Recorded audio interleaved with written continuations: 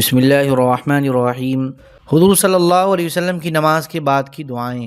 حضرت معاذ بن جبل رضی اللہ عنہ فرماتے ہیں کہ حضور صلی اللہ علیہ وسلم نے میرا ہاتھ پکڑ کر فرمایا، اے معاذ، اللہ کی قسم میں تم سے محبت کرتا ہوں۔ میں نے عرض کیا، یا رسول اللہ، میرے ماں باپ آپ پر قربان ہوں، اللہ کی قسم مجھے بھی آپ سے محبت ہے۔ حضور صلی اللہ علیہ وسلم نے فرمایا، اے معاذ، میں تمہیں یہ وصیت کرتا ہوں کہ تم نماز کے بعد یہ دعا کبھی نہ چھوڑنا، ہمیشہ مانگنا، اللہم اعنی علی ذکرک و شکرک و حسن عبادتک۔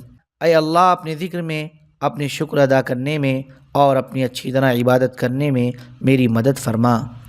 راوی کہتے ہیں، حضرت معاذ رضی اللہ عنہ نے اپنے شاگرد سنابحی کو، اور سنابحی نے ابو عبد الرحمن کو، اور ابو عبد الرحمن نے عقبہ بن مسلم کو اس دعا کی وصیت فرمائی۔ حضرت عون بن عبداللہ بن عتبہ رحمۃ اللہ علیہ کہتے ہیں، ایک آدمی نے حضرت عبداللہ بن عمرو بن عاص رضی اللہ عنہما کے پہلو میں نماز پڑھی۔ اس نے سنا کہ حضرت عبداللہ رضی اللہ عنہ سلام کے بعد یہ دعا پڑھ رہے ہیں، اللہم انت السلام ومنک السلام تبارکت یا ذا الجلال والاکرام۔ اے اللہ، تو ہی سلامتی دینے والا ہے، تیری ہی جانب سے سلامتی نصیب ہوتی ہے، تو بہت برکت والا ہے، اے عظمت و جلال والے اور اکرام و احسان والے۔ پھر اس آدمی نے حضرت عبداللہ بن عمر رضی اللہ عنہما کے پہلو میں نماز پڑھی، تو اس نے انہیں بھی سلام کے بعد یہی دعا پڑھتے ہوئے سنا، تو وہ ہنس پڑا۔ حضرت ابن عمر رضی اللہ عنہما نے اس سے پوچھا، میاں کیوں ہنس رہے ہو؟ اس نے کہا، میں نے حضرت عبداللہ بن عمر رضی اللہ عنہما کے پہلو میں نماز پڑھی تھی، تو ان کو بھی یہ دعا پڑھتے ہوئے سنا تھا۔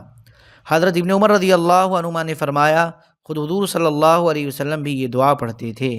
حضرت انس بن مالک رضی اللہ عنہ فرماتے ہیں، نبی کریم صلی اللہ علیہ وسلم جب نماز سے فارغ ہوتے تو دایاں ہاتھ اپنے سر پر پھیرتے اور فرماتے، بسم اللہ الذی لا الہ الا هو الرحمن الرحیم، اللہم اذہب عنی الہم والحزن۔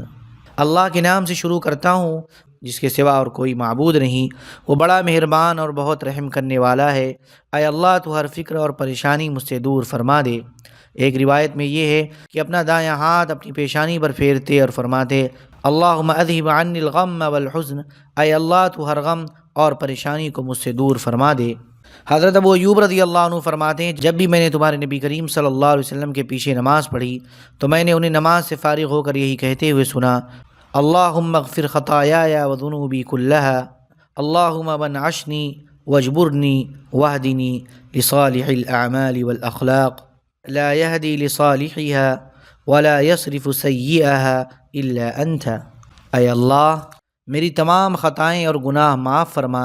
اے اللہ، مجھے بلندی عطا فرما اور میری کمیوں کو دور فرما، اور مجھے نیک اعمال اور اچھے اخلاق کی ہدایت نصیب فرما، اس لیے کہ اچھے کاموں اور اچھے اخلاق کی ہدایت تیرے سوا اور کوئی نہیں دے سکتا، اور برے کاموں اور برے اخلاق کو تیرے سوا اور کوئی ہم سے دور نہیں کر سکتا۔ حضرت ابن عمر رضی اللہ عنہ فرماتے ہیں، جب بھی میں نے تمہارے نبی کریم صلی اللہ علیہ وسلم کے پیچھے نماز پڑھی تو نماز سے فارغ ہوتے ہی حضور صلی اللہ علیہ وسلم کو یہی کہتے ہوئے سنا، اللہم اغفر لی خطئی وعمدی، اللہم اہدنی لصالح الاعمال والاخلاق، انہ لا یہدی لصالحها ولا یصرف سیئها الا انت۔ اے اللہ، میں نے جو گناہ بھولے سے کیے اور جو جان بوجھ کر کیے وہ سب معاف فرما۔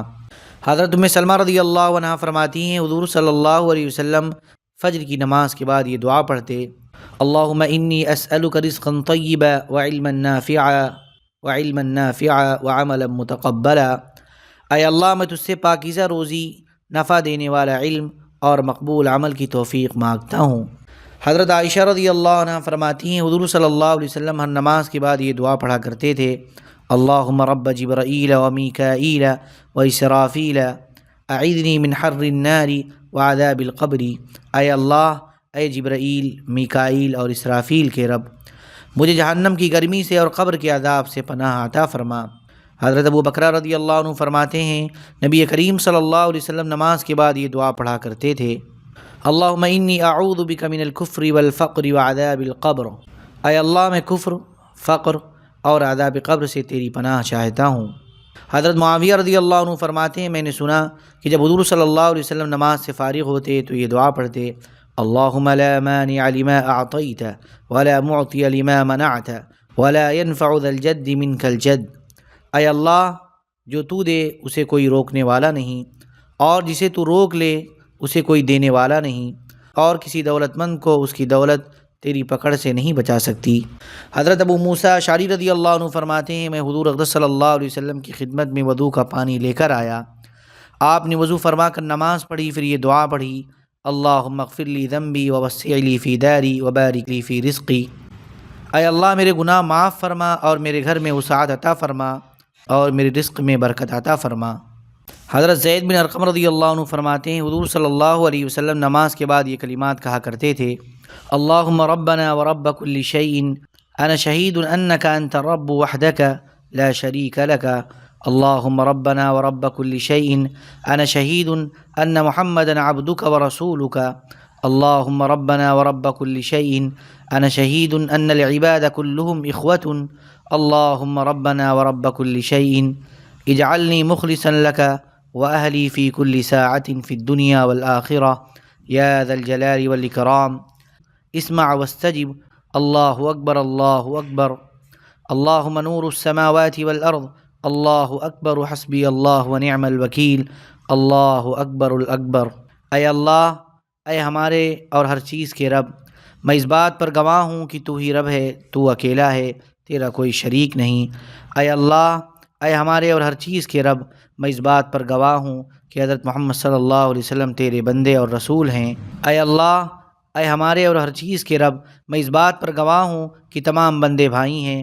اے اللہ، اے ہمارے اور ہر چیز کے رب، دنیا اور آخرت کے تمام کاموں میں ہر گھڑی مجھے اور میرے گھر والوں کو مخلص بنا دے۔ اے بزرگی اور عظمت والے، اے اکرام و احسان والے، سن لے اور قبول فرما لے۔ اللہ سب سے بڑا، سب سے ہی بڑا ہے۔